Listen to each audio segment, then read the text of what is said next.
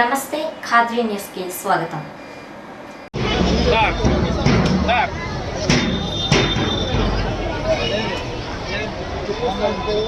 వీళ్ళు ఎట్లా తోసుకుంటారు కొద్దిగా అది కంపల్సరీ ఉండాలి. ఈ ఫస్ట్ నుంచి లాస్ట్ వరకు టీచర్లు బోత్ కదా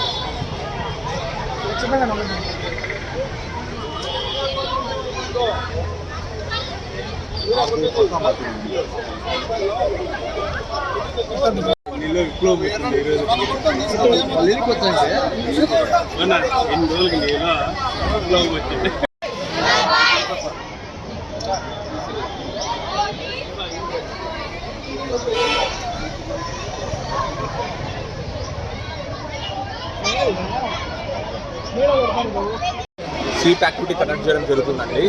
అంటే ముఖ్యంగా ఓటర్ అవగాహన సదస్సు చేస్తున్నాము. అంటే ప్రతి ఒక్కరు కూడా ఇంతవరకు ఎవరైతే ఓటు నమోదు చేసుకోలేదో వాళ్ళందరూ కూడా ఓటు నమోదు చేసుకోవడానికి, ముఖ్యంగా 18 నుంచి 19 సంవత్సరాల వరకు మధ్యలో ఉన్న మన ఓటర్లు ఏదైతే ఉన్నారో వాళ్ళెవరు ఓటు రిజిస్టర్ అంటే తక్కువ శాతం ఉందండి మన కదిరి అర్బన్లో. ముఖ్యంగా ఇంకోటి ఏంటంటే మన కదిరి అర్బన్లో కేవలం 50% అంటే ప్రీవియస్ పోల్స్ మనం చూసినామంటే కేవలం 50% నుంచి 60% వరకు మాత్రమే ఉంది. అది కూడా ఎక్కువ కావాలి అంటే ప్రతి ఒక్కరు కూడా ఓటు వేయాలని అర్బన్లో కానీ రూరల్లో కానీ అన్ని చోట్ల కానీ మండల్స్లో కానీ. సో అందుకే ఇది ఇప్పుడు స్టార్ట్ చేయడం జరుగుతుందండి ఈ స్వీప్ యాక్టివిటీ. ముఖ్యంగా అందరికీ అవగాహన క్రియేట్ చేయాలని, అవగాహన పెంపొందించాలని. సో అందుకే ఇది చేయడం జరుగుతుందండి. థ్యాంక్ యూ అండి. కమిషన్ ఆఫ్ ఇండియా భారతదేశంలో ఎలక్షన్స్ని చాలా బాగా జరిపించాలనే ఒక ఉద్దేశంతో ఈ స్వీప్ యాక్టివిటీస్ అంటే ప్రజల్లో చైతన్యవంతులుగా చేసి అందరినీ కూడా ఓటు ఉన్న వాళ్ళందరినీ కూడా ఎలక్షన్లో పాల్గొనేలా చేయడము. అదేవిధంగా ఎవరైనా ఓటు ఇంకా కూడా నమోదు చేసుకోకపోతే వాళ్ళందరికీ కూడా ఓటు నమోదు చేసుకోవాల్సిందిగా ప్రజల్లో చైతన్యం కల్పించి అందరూ కూడా ఈ ప్రజాస్వామ్యాన్ని కాపాడేందుకు అందరూ దీంట్లో భాగస్వాములు కావాలని, ప్రతి ఒక్కరూ ఓటు హక్కును వినియోగించుకోవాలనేసి మన ప్రభుత్వము ఈ కార్యక్రమాలను చేస్తుంది. మన కదిరిలో ముఖ్యంగా చాలామంది యువకులు 18 years ఎవరైతే కంప్లీట్ అయిన వాళ్ళు ఇంకా కూడా ఓటు హక్కుని ఎన్రోల్ చేసుకోలేదు. వాళ్ళందరూ కూడా ఎన్రోల్ చేసుకోవాలి. కాబట్టి వాళ్ళందరూ ఎన్రోల్ చేసుకోవడం కాకుండా ఓటర్లందరూ కూడా రేపు రాబోయే ఎలక్షన్స్లో అందరూ కూడా ఎలక్షన్లో పాల్గొని వాళ్ళ యొక్క ఓట్లను వినియోగించుకొని మన ప్రజాస్వామ్యాన్ని కాపాడాలని కోరుకుంటున్నాం. ముఖ్యంగా ఈ కార్యక్రమాన్ని స్వీప్ యాక్టివిటీస్లో భాగంగా చేస్తున్నాము. స్వీప్ యాక్టివిటీస్ అంటే systematic voter education and electoral participation programme అని.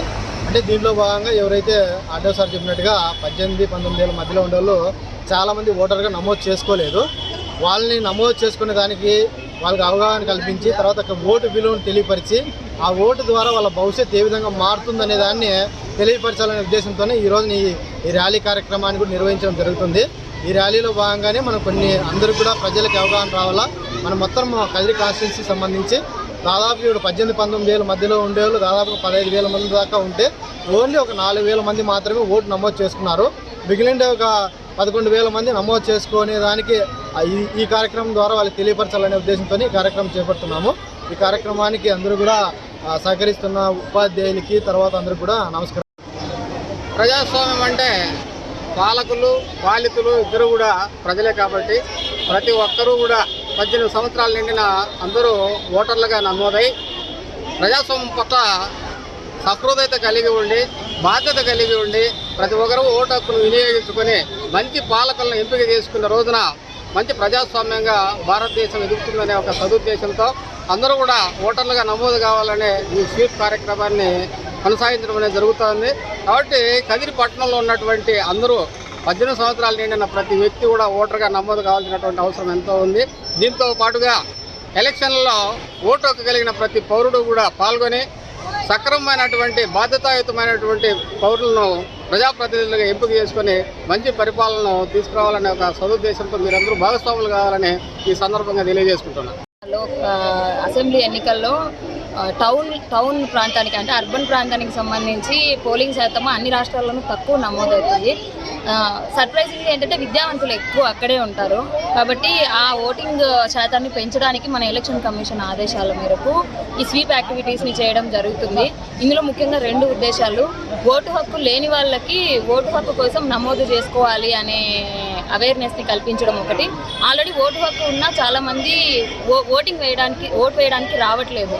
సో ప్రజాస్వామ్యంలో ప్రజల యొక్క ఓటు ఎంత ముఖ్యమైనదో తెలియజేయడానికి, వాళ్ళలో ఆ స్పృహ కల్పించడానికి ఇక్కడ ఈరోజు కదిరి టౌన్లో స్వీప్ యాక్టివిటీ చేయడం జరుగుతుంది.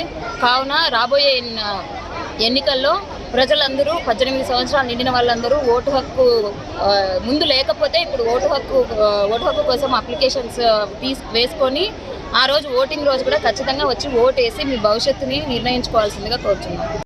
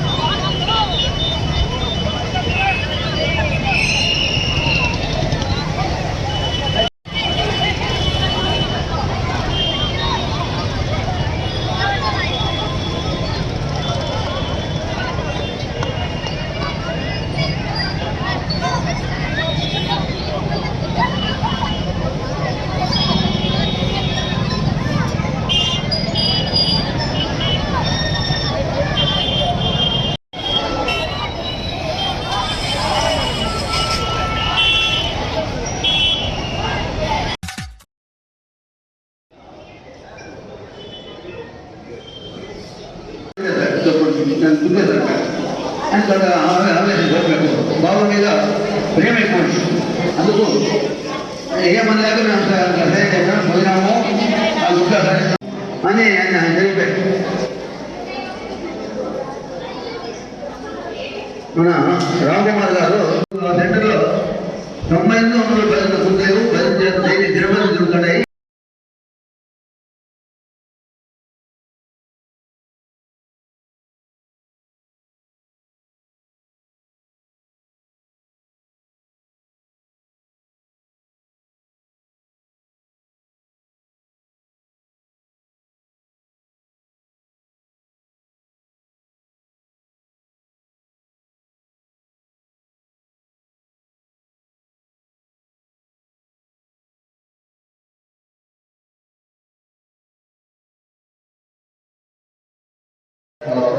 జై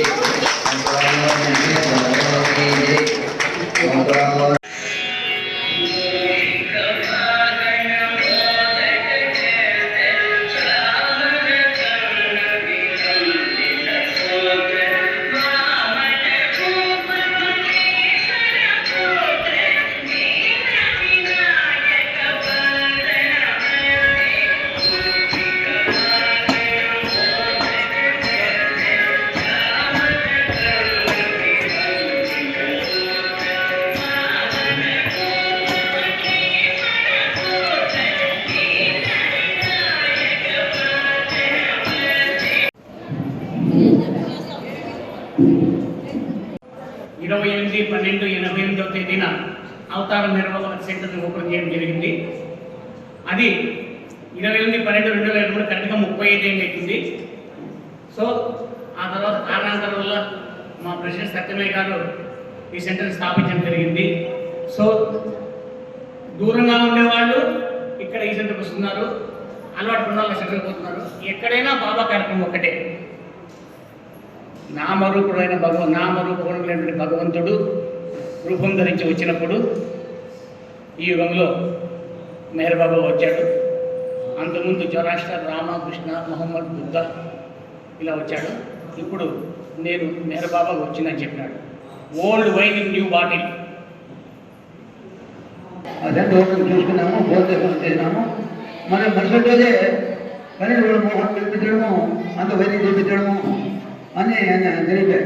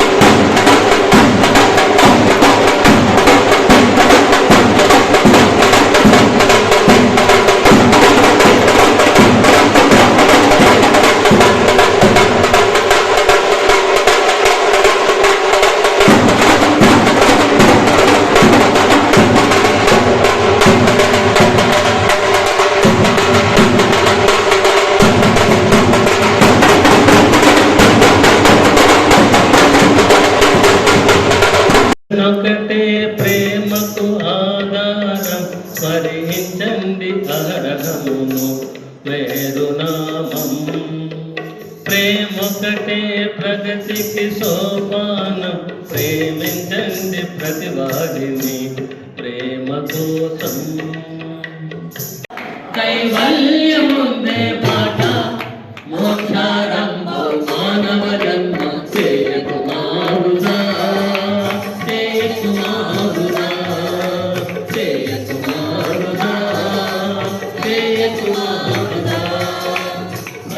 వాళ్ళందరినీ పెద్దలు కూడా మనం గుర్తురి వాళ్ళని స్మరణ చేసుకుంటే బాగుంటుందని నా అభిప్రాయం.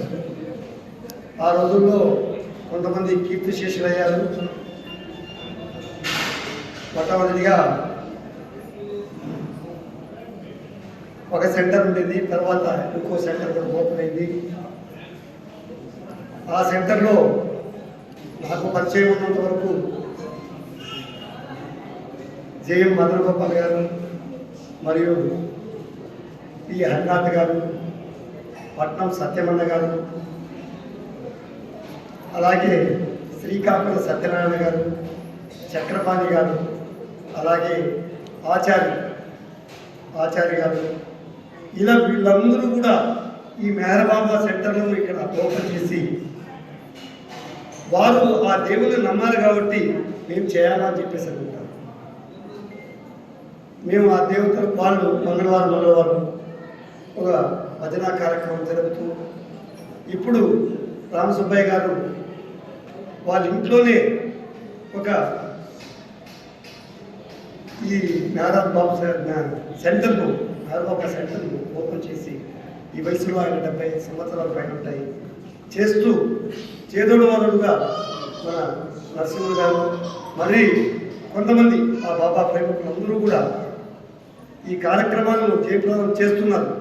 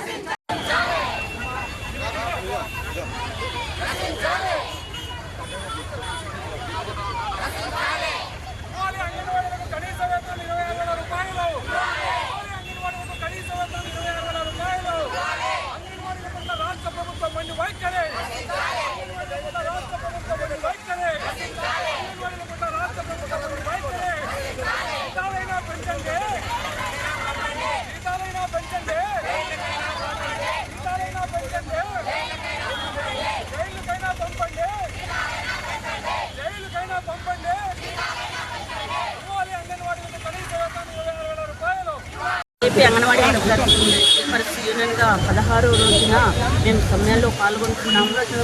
మేము కోరిన సమస్యలు ఉండే ఈ మూడింటి కూడా మాకు ఇవ్వడానికి చాలా వచ్చేట్టుగా ఉంది. ప్రభుత్వం ఈరోజు చాలా ఎట్లంటే మేము ఇంత రోడ్డున మహిళలు పడుతున్నా కూడా రోడ్డు మీద పడి అడకట్టినట్లుంది. వాళ్ళ దగ్గర మేము కనీసము రిటైర్మెంట్ బెనిఫిట్స్, తర్వాత కోర్టు తీర్పు ప్రకారము గ్రాడ్యుటీ, కనీస వేతనం 26,000 ఇవ్వాలని, మినీ వర్కర్ నుండి మినీ వర్కర్గా ప్రమోషన్లు ఇవ్వాలని చెప్పేసి మేము ఈ డిమాండ్లు 16 రోజుల నుంచి కూడా రోడ్డు మీద పడి అడుగుతా ఉంటే కూడా కనీసము ప్రభుత్వము దిగరాకోకుండా మొండి వైఖరిగా ఉంది. ఈరోజు మా ఈ సమస్య పరిష్కారం అయ్యేంత వరకు కూడా మేము ఈ సమ్మె కొనసాగిస్తాము. దయచేసి ఈరోజు ప్రభుత్వంలో ఎన్నో పథకాలు ఇస్తానమంటున్నారు అంగన్వాడీ వర్కర్లకి. కనీసము ఇంటి స్థలాలు కూడా ఇవ్వలేదు. ముందు గతంలో అంగన్వాడీ వర్కర్లకి ఇంటి స్థలాలు ఇచ్చారు. మాకు వచ్చే పథకాలు కూడా ఒక్క మనిషి కూడా ఒక్క అంగన్వాడీ వర్కర్ కూడా ఈ పథకం ఇస్తున్నామని చెప్పేసి కూడా ఏ సచివాలయంలో కూడా మాకు ఇవ్వలేదు. సచివాలయంలో జీవోలు ఉన్నా కూడా లేదని చెప్పేసి సచివాలయం అధికారులు కూడా మమ్మల్ని ఏ శాంక్షన్ అయినా కూడా అప్లికేషన్లు పెట్టేస్తున్నారు. ఇంత దారుణమైన ప్రభుత్వము నేను 33 సంవత్సరాలు అయింది నేను సర్వీస్లో ఉండి ఏ ప్రభుత్వం కూడా ఇంత మొండిగా వైఖరించలేదు. కనీసము కిరణ్ కుమార్ రెడ్డి సార్ గారు కూడా 8 నెలలు పరిపాలన ఉన్నా కూడా 500 రూపాయలన్నా పెంచారు. కనీసం మేము 15 రోజుల నుంచి 16 రోజుల నుంచి కూడా సమ్మెలో ఇటువంటి 30 ఏళ్లలో కూడా ఇట్లా 16 రోజుల సమ్మెలో మేము పాల్గొనలేదు. ఇలాంటి చాలా దారుణమైన ప్రభుత్వము ఇంత మహిళల మీద ఇంత అన్యాయంగా ప్రవర్తిస్తుందంటే మేము చాలా బాధాకరంగా ఉన్నాము. మా సమస్యల పరిష్కారం అయ్యేంత వరకు కూడా ఈ సమ్మెలో పాల్గొంటామని ఈరోజు ప్రభుత్వం చాలా మొండిగా అంగన్వాడీల పట్ల వ్యవహరిస్తూ ఉంది.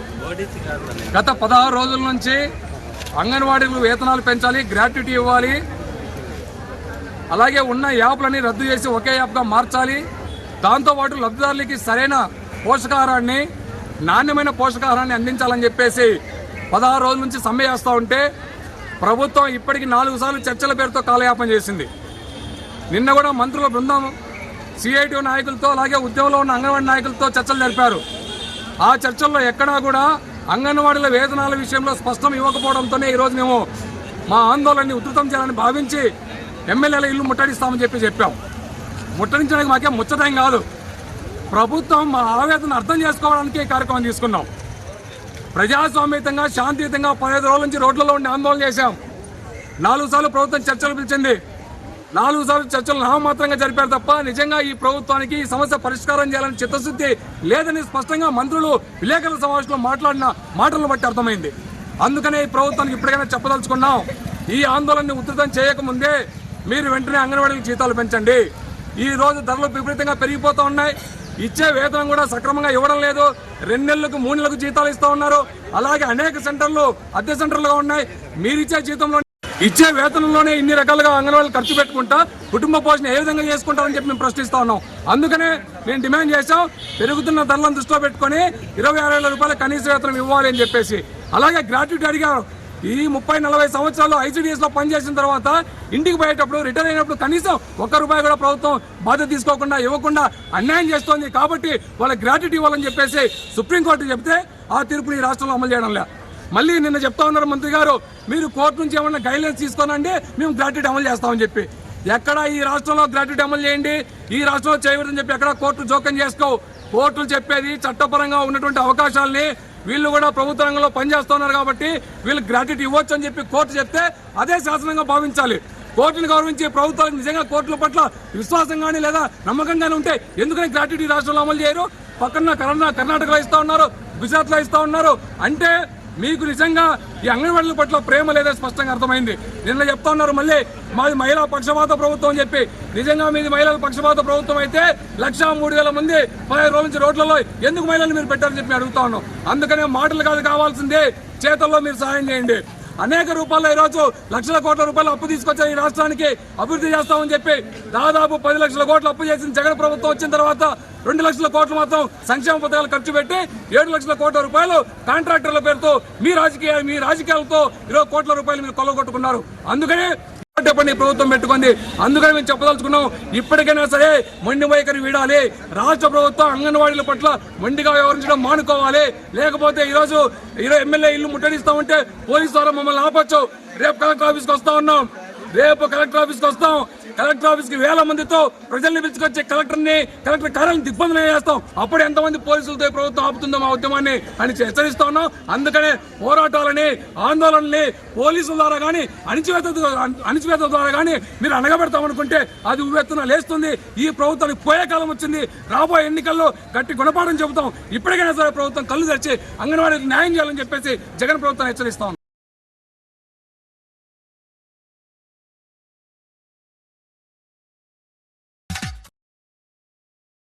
సర్పంచ్ సూర్యనారాయణ గారు కూడా వేదికపై రావాల్సింది కోరుతున్నాం. అదేవిధంగా సర్పంచ్ కానీ ఎంపీటీసీలో ఎవరైనా నూతనంగా ఏర్పడినటువంటి సత్యసాయి జిల్లా అదేవిధంగా నూతన కమిటీ అధ్యక్షులు రామాంజనేయులు గారిని పూర్వకాలు వేసి సత్కరించవలసిందిగా సమావేశాన్ని చాలా రోజుల తర్వాత గదుల్లో ఏర్పాటు చేసినందుకు మీకందరికీ మొట్టమొదట ఏం జరిగిందంటే ఈ గొడ్డలిగూడ ప్రాంతంలో ఒక ఆమె కట్టెలు తీసుకొని వస్తారు. ఆ కట్టెల దగ్గర ఫోటో కూడా చూపిస్తారు. అప్పుడు వచ్చినప్పుడు ఆమె ఏమైనా ఆఫీసర్ వచ్చినారేమో అని చెప్పేసి కట్టెలు ఆడ వేసి కట్టెనే పరిగెత్తిందన్నమాట. తర్వాత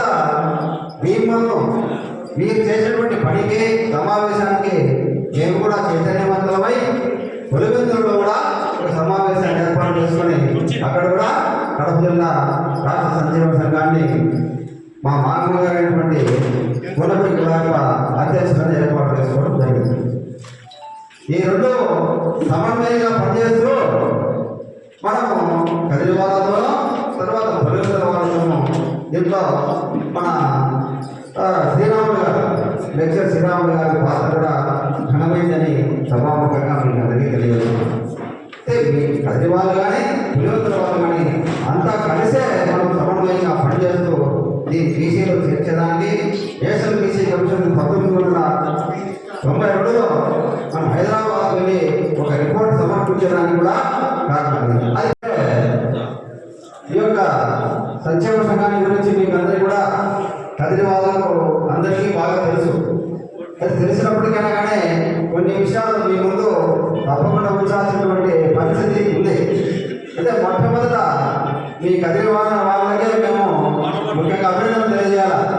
ఎందుకంటే 1994లో మొట్టమొదట ఒక పెద్ద బహిరంగ సభను ఏర్పాటు చేసినటువంటి ఘనత మీ కదిరి వాళ్ళదే ఈ సభాముఖంగా తెలియజేస్తుంది. దాంట్లో కావున మొట్టమొదట నా దగ్గర ఇప్పుడు కూడా ఒక లెటర్ ఉంది. అరవింద బాబుతోనూ తర్వాత మన ఈయన కార్యదర్శిగా రెడ్డప్ప గారు లెటర్ ఇప్పుడు కూడా నా దగ్గర ఉంది. వీళ్ళు రాసినటువంటి national commission BC commission report సమర్పించాల్సినప్పుడు ఒక లెటర్ పంపించడం జరిగింది. ఆ లెటర్ ఇప్పుడు కూడా నా దగ్గర ఉంది. ఇది నా బ్యాగ్లో ఉంది. కావాలంటే చూపిస్తుంది. అంటే మొట్టమొదట ఓబీసీలో వచ్చేదానికి మీరు మేము ప్రధాన కారణమని మీకు చెప్పాలి. అదే మనం 1994లో 2002లో రిపోర్ట్ ఇచ్చినాం.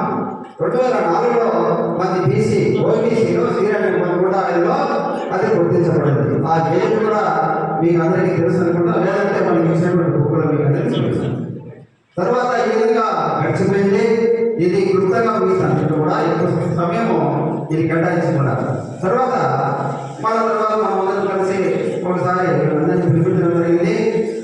కోణమల్లేశ్వర స్వామి దేవాలయంలోని పురుగుల దగ్గర భాగపల్ల దేవాలయం ఏర్పాటు చేయడం. దాంట్లో ఈ శ్రీరాములు గారు గీతావాళ్ళు కూడా వీరునారాయణ గారు వీళ్ళంతా కూడా అరవింద బాబు వీళ్ళంతా కూడా హాజరు కావడం జరిగింది. మనం ఒక నిర్ణయాన్ని తీసుకొని మనమంతా మన కులానికి పోటీకి వెళ్తే మన సమావేశంగా మన న్యాయం జరుగుతున్న ఉద్దేశంతో మనము పోటీకి వేయడం జరిగింది 2005లో. ఆ పోటీకి వేసిన తర్వాత ఆ 2005లో మనకు డిసెంబర్లో మనకు దానికి సంబంధించినటువంటి కోర్టు తీర్పు 3 నెలల్లో చేర్చడం అని కోర్టు తీర్పు ఇవ్వడం జరిగింది. దానికి వీరనాయపల్లి సుబ్బానాయుడు గారు తన సొంత ఖర్చుతో 20,000 డబ్బులు ఖర్చు పెట్టి టీవీఎస్ కుమార్ హైకోర్టు వేయడం జరిగింది. దానికి సంబంధించిన రికార్డు కూడా నా దగ్గర ఉంది. మీరు కావాలంటే ఈ సమావేశం తర్వాత మీకు అందరికీ కూడా చూసుకోవాలి. తర్వాత మనం రాజశేఖర రెడ్డి గారిని కలవడం, ఆయన ముఖ్యమంత్రిగా ఉన్నారు. అదే మనకు కోర్టు తీర్పు అనుకూలంగా ఇవ్వడము, దాని అనుకూలంగా తీసుకొని రాజశేఖర రెడ్డి గారు కూడా ప్రతిపాదన చేస్తూ దాదాపు సుబ్రహ్మణ్యం కమిటీ ఒకటి వేయడం జరిగింది. ఆ దాదాపు సుబ్రహ్మణ్యం కమిటీ ముందు కడప ప్రాంతంలోనూ తర్వాత అనంతపురం ప్రాంతాలైన గొడ్డలిగడ ప్రాంతాలు ముఖ్యంగా ఇది ఆయన పర్యటన చేయడం జరిగింది. దాంట్లో వీళ్ళందరూ కూడా రెడ్డప్ప గారు కానీ అరవింద బాబు కానీ శ్రీరాములు గారు కానీ మా మామ కూడా ఆ రోజు రావడం జరిగింది. గులాబ్ గారు కూడా ఎన్ని ప్రాంతాలన్నీ కూడా ఆయన ఒక సంఘటన జరిగింది మీకు అందరికీ. మరి జగన్ చిన్న వయసులో ఉంటాను అన్ని ఐడియా లేదు, కానీ ఒక సంఘటన జరిగింది. ఆ సంఘటన ఒకసారి మీ ముందు చూస్తాను.